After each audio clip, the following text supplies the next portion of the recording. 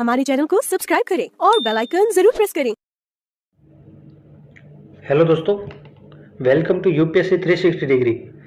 तो हम ये कर रहे थे मॉनेटरी पॉलिसी की नेक्स्ट कर रहे थे स्टेप बाय स्टेप। इसमें अभी जो है हम क्वांटिटेटिव टूल्स पढ़ रहे थे आरबीआई के, जिससे वो बैंकों को मैनेज करता है और मार्केट की स्टेबिलिटी को मेंटेन करता है।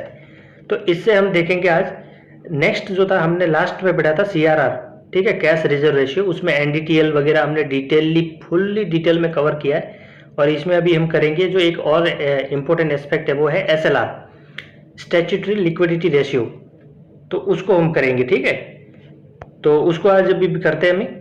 और देखो, ये हम इम्पोर्टेंट 2025 प्रीलिम्स के पर्सपेक्टिव से जो इम्पोर्टेंट रिलेवेंट होते हैं, जो क्वेश्चंस फ्रीक्वेंटली पूछे जाते हैं, उन्हीं टॉपिक को हम कवर करेंगे। और अभी बहुत जल्दी हम इकोनॉमी के कवर कंप्लीट करके नेक्स्ट हम शुरू करेंगे कोई भी जो बेस्ट सब्जेक्ट होगा, जो आपको हार्ड लगे ऐसे।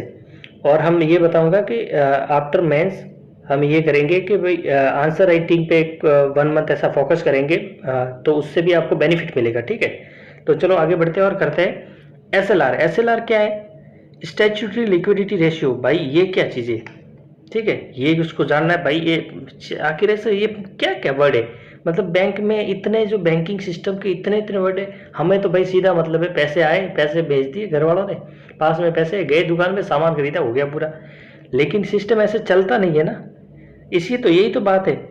तो ये जो सिस्टम है ना एसएलआर, ये जो एसएलआर है क्या? पहले इसकी एक बार डेफिनेशन आप पढ़ लीजिए। देखो मैं आपको पढ़ जाए। It is a minimum percentage of banks net demand and time liability, NDTL. ये देखो मैंने सीआरआर में कंप्लीट डिटेल मैंने बेसिक से समझाया है इसको कि क्या चीज़ है, तो आप उसको वीडियो को जरूर देखिए। That must be maintained in the form of liquid asset such as a cash, gold और government approved securities before lending customer को मतलब देने से पहले, लोन देने से पहले ये चीज़ें आपके पास मेंटेन पहले करके चलना, फिर देना लोन।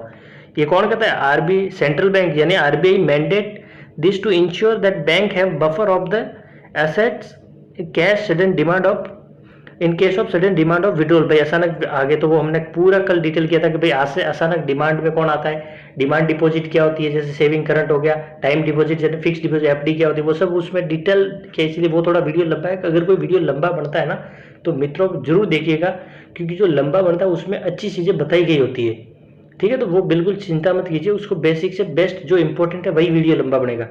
तो देखो एसएलआर को बेसिक पे पहले थोड़ा समझ लेते हैं कि एसएलआर है क्या। देखो एसएलआर हमने देखा कि ये कह रहा है कि भाई बैंक को कुछ पैसे लिक्विड में क्या रखना। देखो ये कह रहा है ना कि लिक्विड में क्या करना पड़ेगा, बैंक को लिक्विड में कुछ रखना पड़ेगा। क्या रखना पड़ेगा? कैश, गोल्ड या फिर कुछ ऐसी गवर्नमेंट सिक्योरिटी है। क्यों? मान लो कि भाई आपको लोन मिला है, तो पहले एक बार एग्जांपल देख लेते हैं, फिर मैं आपको समझा दूंगा ताकि आपको इजी आए समझ में। देखो ये एग्जांपल में क्या कह रहा है कि suppose SLR is set 20%, this means if the bank has 100 crore in deposits, it must keep 20 crore in the form of liquid assets, government security, gold, cash, then bank can only lend out of remaining 80 crore. अब देखो मैं आपको अभी इसमें समझाता हूँ कि क्या कहना चाहता है।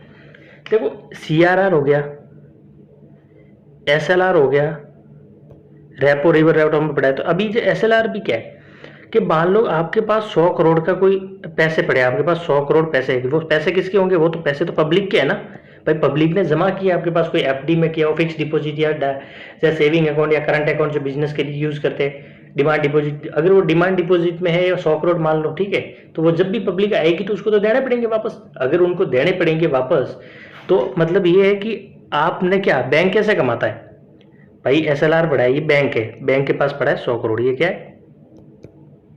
बैंक, पब्लिक से आया पैसा। तो बैंक कमाता कैसे? बैंक क्यों कमाएगा? बैंक जो है ये पैसा किसको देगा? वापस पब्लिक को या बिजनेस फर्म को देगा, लोन देगा, तो उनसे इंटरेस्ट मिलेगा। क्या मिलेगा? इंटरेस्ट। लोन देगा, इंटरेस्ट मिलेगा, तो बैंक उससे अर्निंग करता है। अब आरबीआई ने कहा कि भैया देखो आप क्या करोगे, आपके पास 100 करोड़ पड़े तो आप तो पूरे से कमाना चाहोगे ना, पैसा पास में क्यों रखोगे? आप पास में स्टॉक में रख के पैसे ऐसे स्टॉक करके क्या मतलब, जब आपको वो कमा के ही नहीं दे रहे पैसे, तो आप तो पूरा का पूरा दे दोगे, कमाओगे।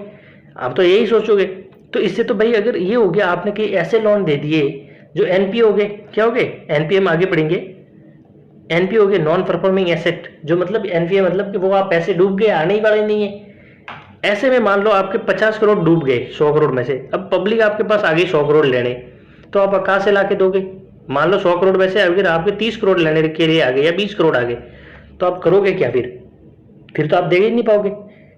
तो मतलब ये है कि भैया देखो बात है, आप लोन दो, कमाओ, खूब कमाओ, हमें कोई इशू नहीं है, लेकिन 100 करोड़ है ना, उसमें 20%, मान लो 20% यानी 20 करोड़ रुपए, वो आप अपने पास या तो कोई गोल्ड खरीद लो उसका, या कोई गवर्नमेंट सिक्योरिटी खरीद लो, या फिर कैश में ही रख लो, ठीक है, कैश या गोल्ड या government security, gold government security, ये मतलब ये 3 फॉर्म में आप उसको पैसे को अपने पास रखना पड़ेगा। इनमें से आप लोन नहीं दे सकते, ये आपके कोई लॉकर में रख लो साइड में। क्यों रखो लॉकर में? बैंक ने भाई का क्यों रखो? क्योंकि भाई देखो बात ये है भैया कि आप अगर मान लो कि इसमें से भी लोन दे दिया, कम से कम पब्लिक जब आपके पास पैसे लेने आ रही है, आपके पास कुछ नहीं है, तो एटलीस्ट कुछ लोगों को तो आप वापस दे पाओगे ना पैसे, आपकी बैंक नहीं डूबेगी, मार्केट स्टेबल रहेगा, आप रिटर्न कर पाओगे पैसे, पब्लिक को पैसे रिटर्न कर पाओगे। अचानक कई डिमांड डिपॉजिट वाले जो पैसे लेने आ गए तो उनको कम से कम दोगे, उससे बैंक का डूबने का खतरा कम है। तो क्या हुआ, 100 में से माइनस कितना हुआ, माइनस हुआ 20, यानी 20 करोड़ माइनस हुआ, कितना बचा, अब बचा 80, यानी 80 का लोन दे सकती है। 80 यानी 80 करोड़ का है ना, 80 करोड़ का लोन जो बैंक के लोगों या किसी बिजनेस को दे सकती है।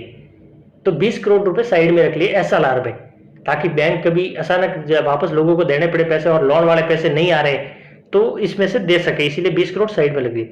हालांकि मैंने सीआरआर देखो कल डिस्कस किया था, तो ऐसे जितने भी आरबीआई फैक्टर लगा था ना, तो इसमें से अभी एनडीटीएल काट दिया, 20% ये काट दिया। एनडीटीएल वाला कल वाला वीडियो देख लेना, उसमें अच्छे से डिस्कशन है।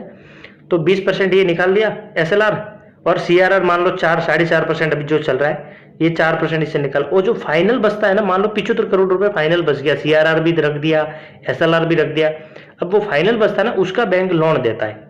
तो बैंक ऐसे लोन नहीं देता डायरेक्ट, फिर उससे वो वापस इंटरेस्ट आता है, उसको लोन देता है, ऐसे करके मल्टीप्लाई करता है, वो आगे पढ़ेंगे, ठीक है। ये कुछ फैक्ट है देखो, जैसे liquidity assurance, ensure banks have enough cash to meet withdrawal demand, हमने जो डिस्कस किया अभी कि भाई बैंक के पास अभी ये एश्योर करता है कि बैंक के पास इतने पैसे हैं कि अचानक कोई डिमांड अगर पैसे लेने के लिए आ जाए, जो पब्लिक उनको पैसे वापस दे सके बैंक। रिस्क मिटिगेशन, रिस्क का खतरा कम हो जाएगा, क्योंकि पैसे उसके पास होंगे तो बैंक के फॉल नहीं होगा। Low risk asset promotes investment, reducing expose bad loan कम हो जाएगा, क्योंकि ज्यादा पैसे देगा तो उसमें बैड लोन की भी तो पॉसिबिलिटी है ना।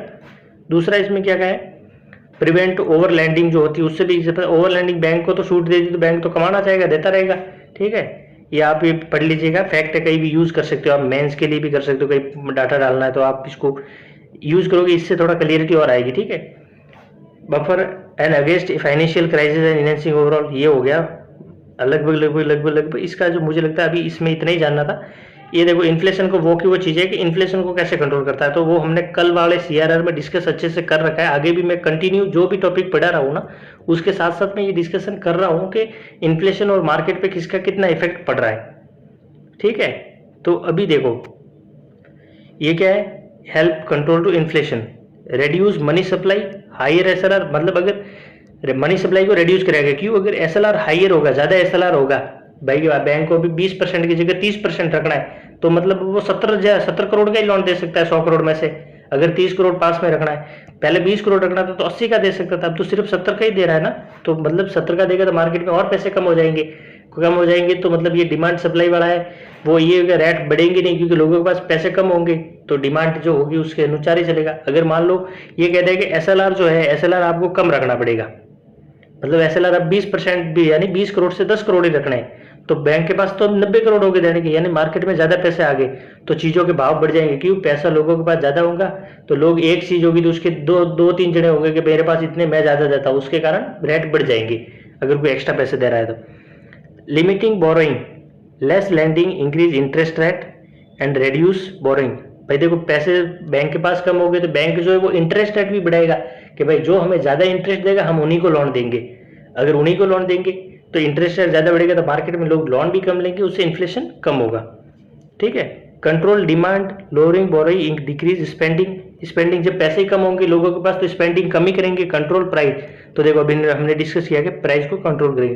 Curbing credit growth, slower credit growth, reduce excess money in circulation, ज़्यादा मनी को फैलने नहीं देगा सर्कुलेशन में, ताकि मनी की डिमांड घट जाए।